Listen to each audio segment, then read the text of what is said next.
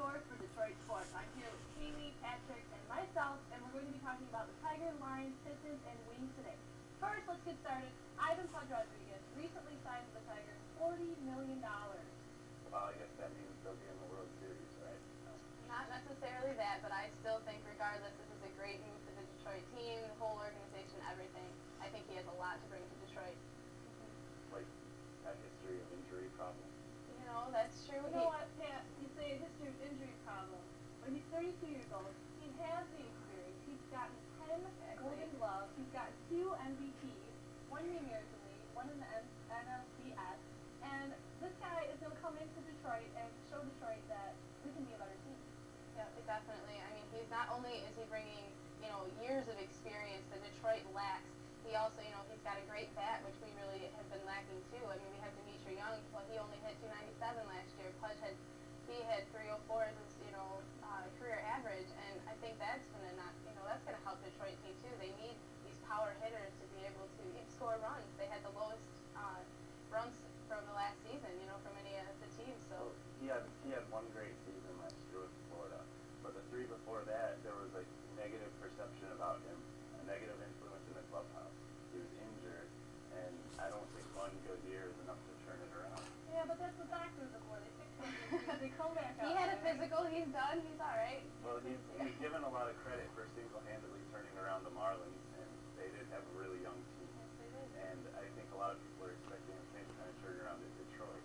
The only problem is there's no Josh Beckett on Detroit's pitching staff, and there's no Dontrell Willis. There's no one That's true. There's not a talent there that's going to make him look good. I don't know what it's necessarily we're looking to make Detroit such, I really doubt we'll see Detroit in the World Series run this year. I really don't think that's going to happen. But I think what he's going to bring to Detroit, not only is he going to bring more fan base back to Detroit, which it's been slouching the last 3 years. Ticket sales have been terrible. They increased $1.2 million in ticket sales 8 days after they signed him. Double-digit percentage increase. And I think that is one aspect he's going to bring. The 10 Golden Gloves. He's going to bring experience that Detroit's been lacking. He can help these other players. He can teach them, So within years, we might see the effect of bringing him here. He's created a lot of excitement, which is good for the Tigers because last season was horrible. Yes. But why throw $40 million at a 32-year-old?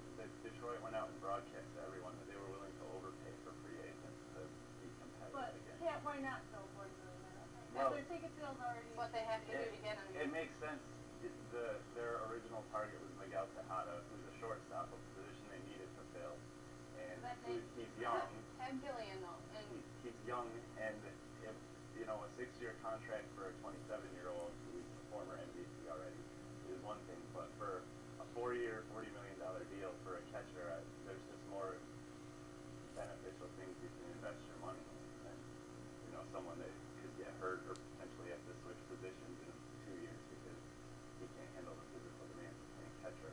I suppose, but you got to take risks too sometimes. yeah, I think, especially if you think it's something good for the Toronto. Exactly. With them being as low as they are, I think they were willing to take any sort of risk right now to build this team back up. Definitely. I think it will build too. And I like this guy's attitude. Yeah, too. he wants to be in Detroit. He wants to be in Detroit. Yeah. And Well, that's for $40 million, I would want to be Well, Everyone's saying, trying to compare this to Juan Gonzalez bringing him here, but it's totally different. I think Pudge is coming with a much better attitude, and I think it's really going to help turn this team around. Yes, well, probably. Speaking of attitude, what do you think of the attitude of the Detroit Pistons? What do you think Larry Brown's doing with this team? I see attitudes going all over the place. I don't think he knows what he's doing. He's trying to switch everything up. They're not clicking. He's building a championship contender is what he's doing. In 2 years when they're in the finals, and no one will be questioning the period of adjustment that they're going through right now. And how do you see him building this? I mean, he's changing players' positions around, doing all these different things. He's got Milicic on the bench, puts him in the garbage time at the end of the game, which is good. I mean, he's young, but I would think that he would want to give him a little more playing time. Right, this is going to be the future here. For example, last year they had Tayshaun Prince sit on the bench the entire season under Rick Carlisle. At least Milicic is getting some experience and getting some playing time this year, which is more than Prince got, and it set back his development.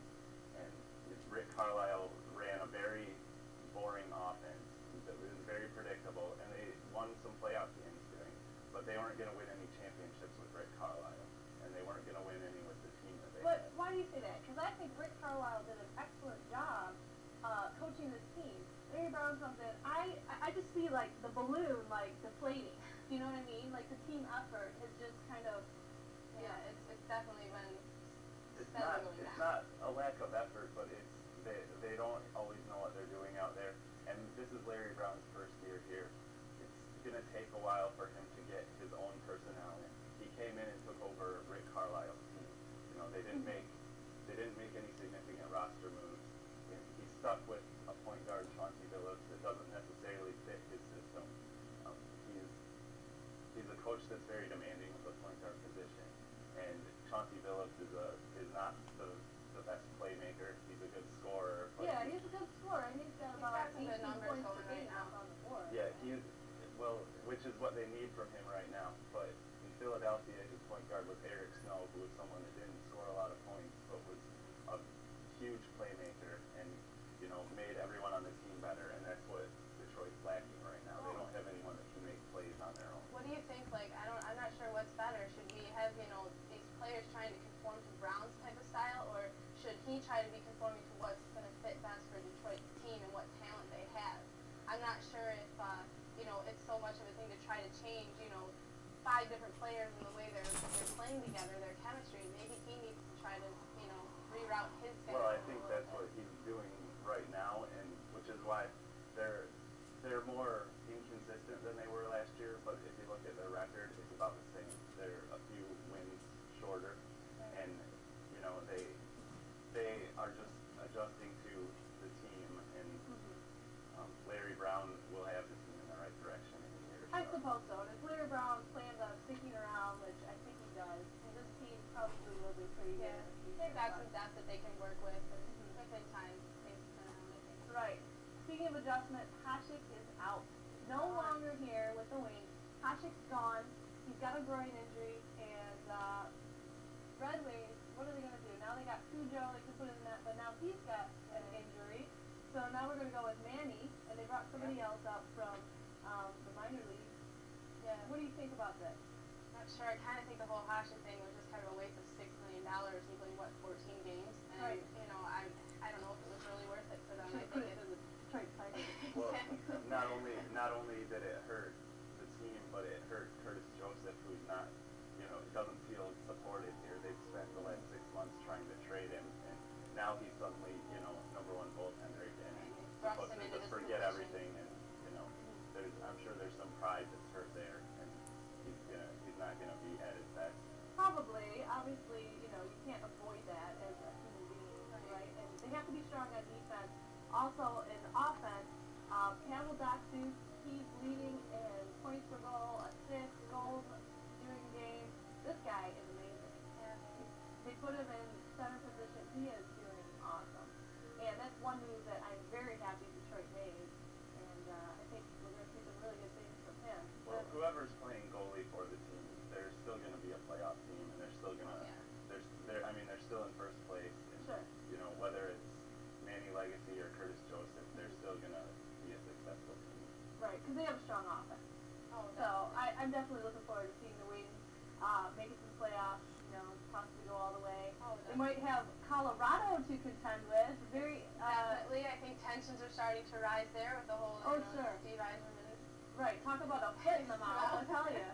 Steve, you know, they were talking about bringing odor eaters to the game on Valentine's Day. I don't even know if that happened. Do you know if that happened or not? I don't think so. But I don't think so. Because there wasn't too much retaliation.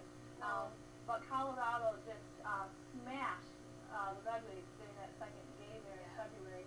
I think it's definitely going to increase a little bit of competition between the two of them yet again. Sure. Well, and it's still the regular season. The rivalry doesn't intensify until playoff time. Exactly. And they are still without their number 1 goalie, Patrick Walker. So there's another team with injuries right now. But when both teams get healthy again and meet in the playoffs, then it'll be a different story. Right. All right. Well, Lions. We don't have much time to talk about them. They've added 3 new coaches, completed their coaching staff in the middle of February. So they have a Working on their coordinator. defense, yeah. They're also Couple new guys. working on a trade for Pro Bowl cornerback Sam Bailey. They're one of several interested teams in him. The only question is whether they want to sacrifice their first 2 draft picks when they have so many holes to fill for one player. Right. But he's a 4-time Pro Bowler, 25 years old, and he would Him be a along nice with Dre compliment Bly.